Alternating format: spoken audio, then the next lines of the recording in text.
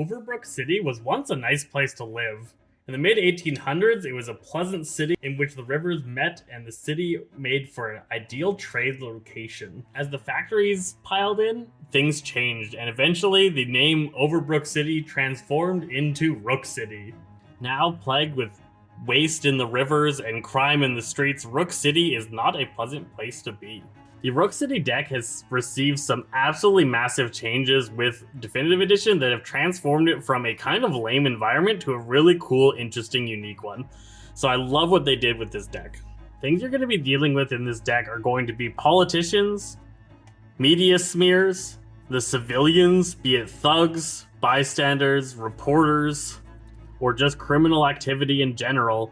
Rook City's deck is full of problems that you have to deal with as the heroes. Unique cards like Mayor Overbrook are actually nemesis of the Wraith here.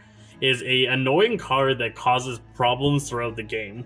He protects the villains and is a pain to deal with. Smears cause problems for the players as it turns the city's populace against the players. These can cause an absolute nightmare if they can't be dealt with quickly. Usually they have a really bad start phase effect and you have to react to them before the start of the next turn. Bystanders are mostly helping you out and you're trying to keep them alive. These can become problem cards, especially if you're facing cards that deal with bystanders like Spite. Thugs just power up the enemy villain that you're dealing with and are extremely powerful against things like the chairman, where he is protecting thugs or able to do extra things with thugs. Having to deal with extra thugs is a pain. Tony Taurus is trying to clean up the city, and this is a card that you should be trying to protect and working with. He can really help you deal with enemy ongoing cards and with the smears in the game. Where Bruce Watkins is a pain. He is going to cause constant problems throughout the game, and he continues to cause problems for the heroes with smears.